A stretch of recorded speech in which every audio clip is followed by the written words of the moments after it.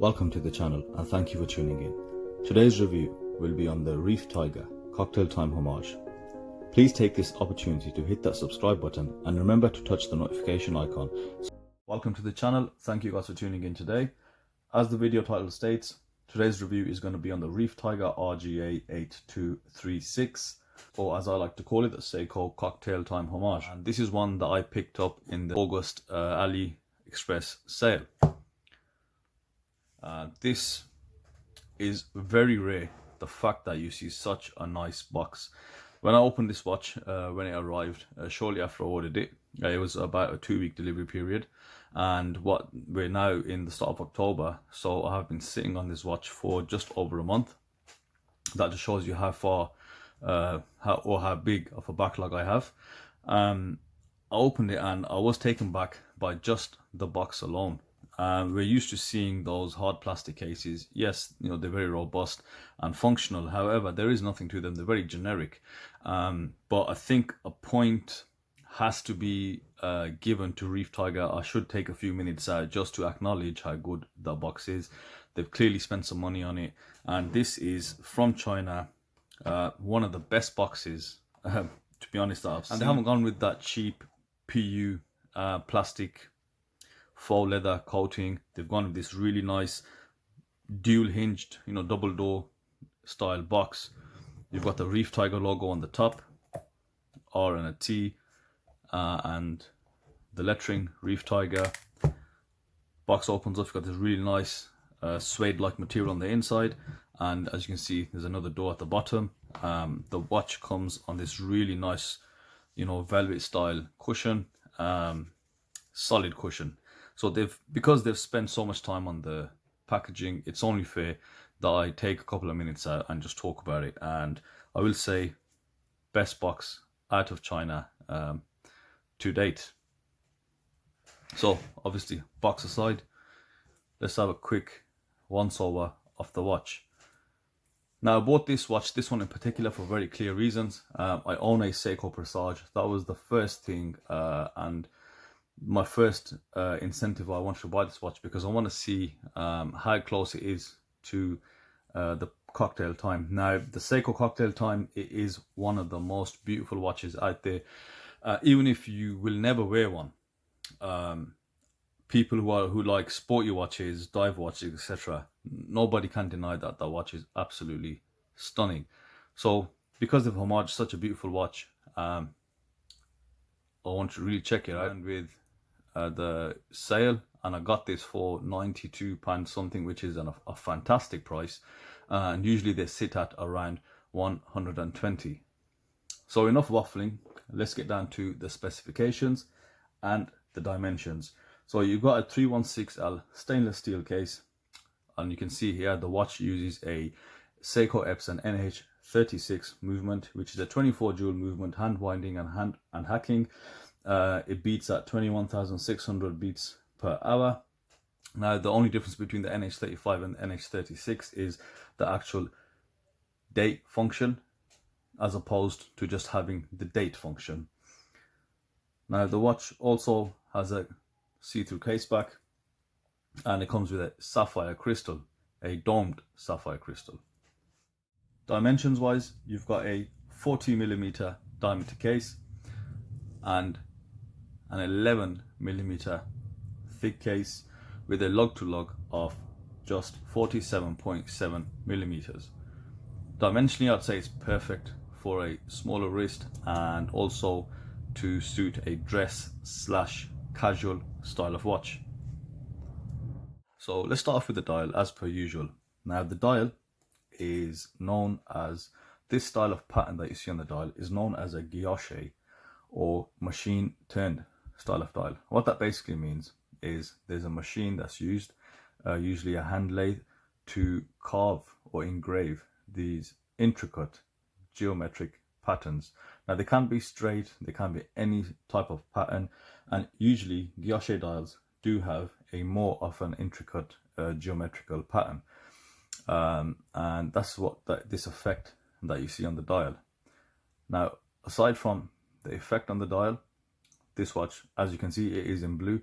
They do around 8 different variations. They do a blue dial, black dial, and a white dial, and the other variations consist of different color options basically, and combinations. I'll leave a picture so you can see just the 8 different variations that are available. Now this dial does feature a whole host of these intricate little features. You've got a printed minute and seconds track. You also got that printed logo at 12 o'clock with the Reef Tiger. I believe that's I'd say it's like what do you call it, those 3-leaf clovers. So you've got this faceted, polished clover style logo on top of the Reef Tiger. At the 6 p.m. you've got the Profit automatic, Profit being the range of watches, I believe.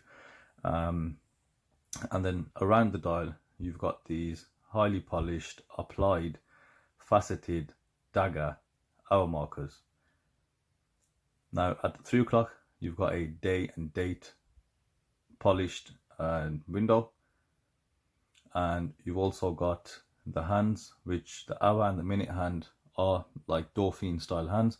And what you'll notice with that is because they're highly polished and you've got that facet on either side, at any point you should still be able to tell the time, because on one side you'll get a shadow which will obviously show you what time it is, just increase that visibility, because some of these dials can be quite difficult to see with the design that we're seeing here.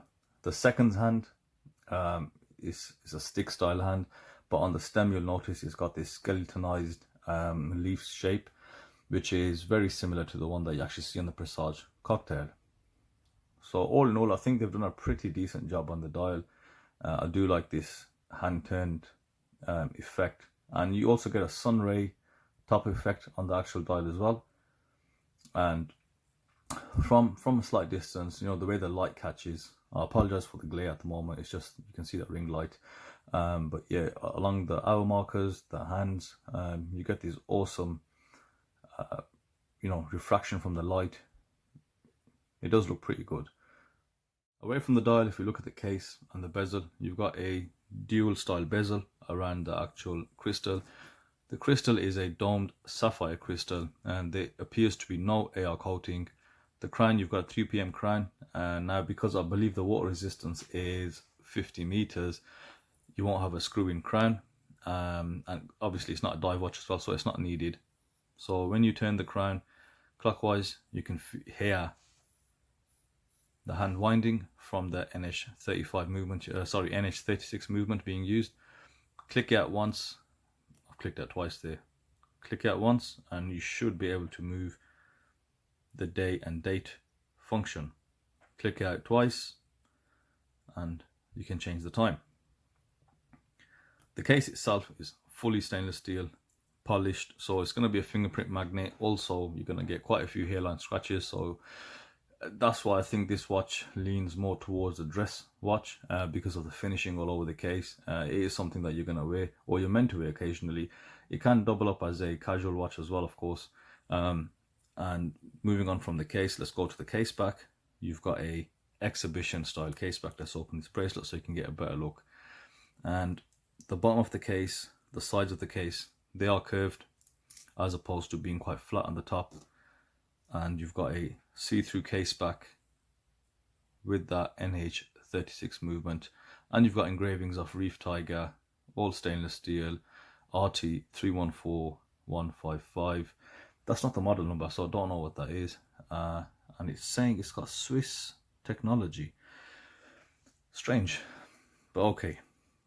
Now the bracelet is a solid end link, and you've got a few small links here. So in total you get 7 links. You get 4 female links and 3 male in the center, all highly polished. And the beauty with this kind of bracelet is you can see how flexible this bracelet is. So it's going to be very comfortable around the wrist. It is going to conform to your wrist shape. And then you've got this butterfly style of clasp. Now, in all fairness, there are a lot of generic bracelets out there, this kind of butterfly clasp, and you can't really go too wrong. The only problems I've seen is when these mechanisms, they're not as, the springs in there aren't as good basically, so you don't get a nice positive click. But here you do. And on the actual clasp, let me just give it a quick clean, because it is a fingerprint magnet. on the clasp you've got the Reef Tiger logo, the R and the T, and Reef Tiger written across. And I think I forgot to mention the crown where you've got Reef Tiger. So that is what the watch is, how it looks, all the small little features. And the bracelet does have a nice tapering to it as well.